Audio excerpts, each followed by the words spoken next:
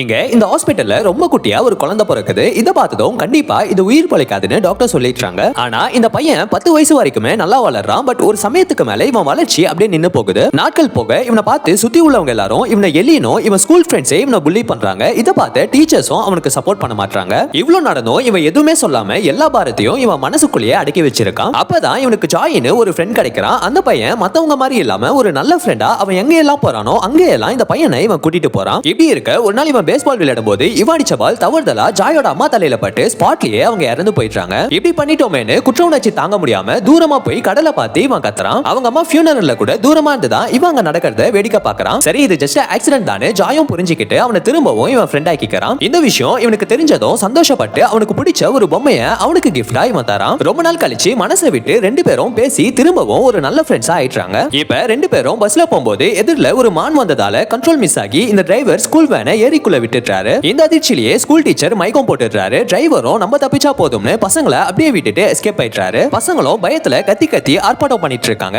அப்ப இந்த பையன் தான் எல்லாருக்கும் தைரியம் சொல்லி டோரை இவனே ஓபன் பண்ணி ஜாயும் இவனும் ரெண்டு பேரும் சேர்ந்து தான் ஒவ்வொருத்தரா சேஃபா வெளியில அனுப்புறாங்க. ஃபைனலா எல்லாரையும் காப்பாத்தவும் செய்யறாங்க. பட் இந்த குரூப்ல ஒரு குழந்தை மட்டும் மிஸ் ஆகுது. அவனையும் நான் காப்பாத்தியே தீருவேன்னு நம்ம பையன் தான் தைரியமா திரும்பவும் உள்ள போறான். பார்த்தா கடைசி சீட்ல கால் மாட்டி ஒரு குட்டி பையன் அழுதுட்டு இருக்கான். அவனை காப்பாத்துறதுக்குள்ள இந்த வேன் வேற கொஞ்சம் கொஞ்சமா தண்ணிக்குள்ள போய் டோரும் லாக் ஆயிடுது. இவனும் டோரை திறக்க ரொம்ப நேரம் ட்ரை பண்றான். பட் அதை சுத்தமா ஓபன் பண்ணவே முடியல. நான் இறந்தாலும் பரவாயில்ல இவனை எப்படியாச்சும் காப்பாத்தணும்னு தண்ணிக்குள்ள போய் மொத்த பவரையும் யூஸ் பண்ணி அவனை தூக்கி ஜன்னல் வெளியில எப்படியோ அவனை இவன் அனுப்பிடுறான். பட் இவன் வரதுக்குள்ள மொத்தமாவே வேன் முழுங்கிடுது. ஆனா ஜாயிங்க ரிஸ்க் எடுத்து எப்படியோ அவனை காப்பாத்தி கரைக்கு கொண்டு வந்துடுறான். இப்ப எல்லா குழந்தைங்களும் சேஃபா தப்பிச்சிடுறாங்க. பட் அன்பார்ச்சுனேட்லி உயிரை பணைய வச்சு எல்லாரையும் காப்பாத்தின இந்த குட்டி பையன் ஜாய் கண் முன்னாடியே இறந்து போறான்.